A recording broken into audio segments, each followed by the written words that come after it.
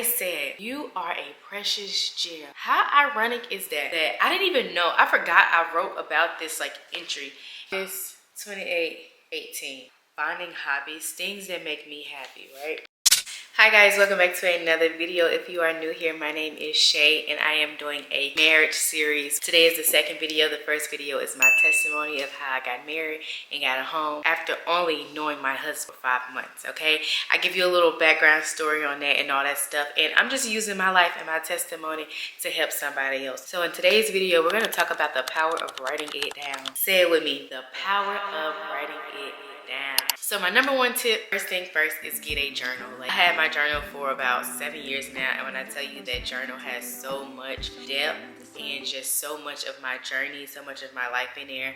And sometimes when I get a little confused about what there is I want in life or like how far I've come, I use that journal to literally be like a mirror and a reminder of how far I've come and the goals I truly have for my life. So after you get a journal, it doesn't have to be anything expensive. Second thing you want to do is go ahead and find a hobby. So why it's important to find a hobby is because during that hobby, it gives you mental clarity. While doing your hobby, whether that's at the gym, whether that's gardening, whatever your hobby is, because you are releasing, right, by doing something that you love to do, you're going to be able to come back after doing that hobby or sometimes while doing that hobby, and you're going to have these bright ideas of like what you envision for yourself or your life, things like that, because while you're doing that hobby, you have a dopamine release. That dopamine, you're gonna be like on cloud nine. So while you're on cloud nine, all of the great ideas, all of the great dreams, all of the great visions are gonna come to you during that time. So after you get that journal and get that hobby, the number 3 thing you want to do is, this should have been number 1, strengthen your relationship with Christ. In that journal, my journal is a prayer journal, cry journal, a happy journal, everything is in that journal. So you can use that journal for so many things. Strengthen your relationship with Christ, whether that's carving out time in the morning, in the middle of the day, during lunch, at nighttime, to literally just sit and spend time with God and His Word. Because what I've come to realize is not only will your hobby give you mental clarity, but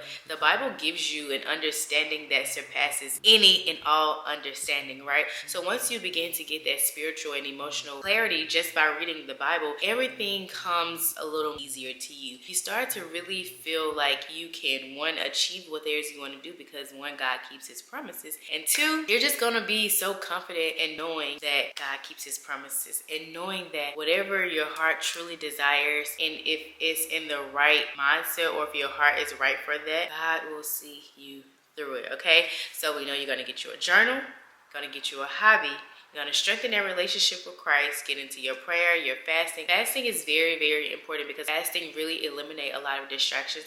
So if you're in a season where you don't really know what you want to do, or like you know what you want to do but you feel stagnant, like, I highly encourage you to fast, because I'm telling you, that is going to be the time where you hear and see God the most. If y'all want me to do a separate video on fasting, please let me know below, but I'm going to move on to the next point. Next up, you really, really, really want to get serious about what is it that you want. If you could succeed at anything in this world, what would it be? It's important to start sitting with yourself with these questions, so as you begin to write this stuff down in your journal, you have a very clear understanding. This is what I do, this is what I want to do, this is what I don't want to do, this is what I want my life to look like, this is what I don't want my life to look like. And let's not get it twisted. Just because we plan does not mean that our plan will be exactly how we planned it or see it out to come, because God's plan is always better. But it is very important to understand what you desire, so that when you desire something, you can make your plans known to God, and you're able to pray and fast on those things and talk to God about, hey God, this is what I see for myself. And you got to meet God halfway. Next thing is really getting serious about your goals. Like, this here is so important, because I think a lot of time, a lot of us have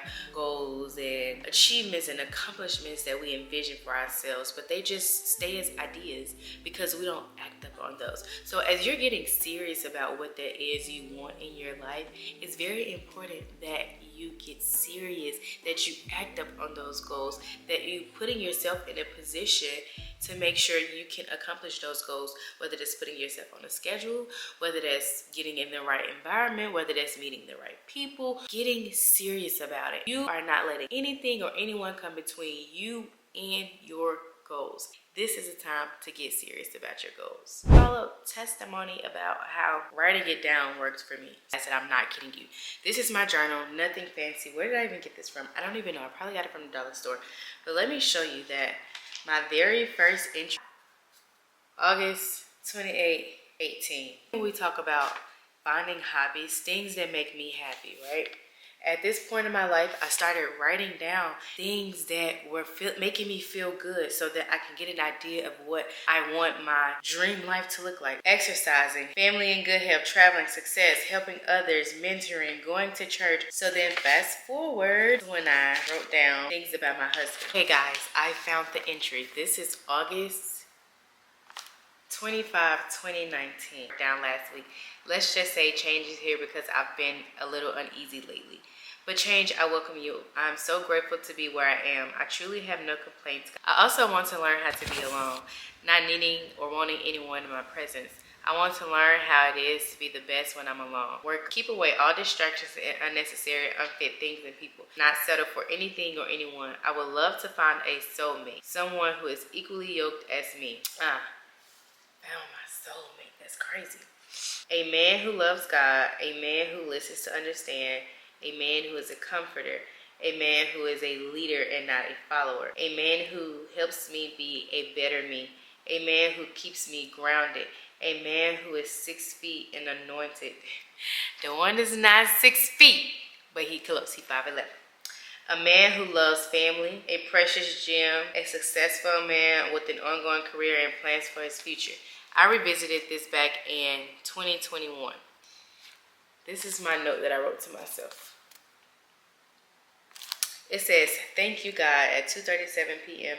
on February 2nd, 2021. I just want to be blessed so that I can bless others, okay? My soulmate on October 23rd, 2019, okay? So, and how I know that the power of writing it down works, right, was because as we were texting one day, I have to find this message in my old phone. I said, you are a precious gem. How ironic is that I didn't even know. I forgot I wrote about this like entry, and then it was like a light bulb that went off. It was like, oh my gosh, precious gem, this sounds familiar. So I go back and I look at this. I'm like, wait, this really came to pass. So this works out, and I'm happy that I wrote it down and that I have like the physical manifestation and prayer of what I want. So I encourage you to not only write it down, but pray and fast on the life that you desire for yourself.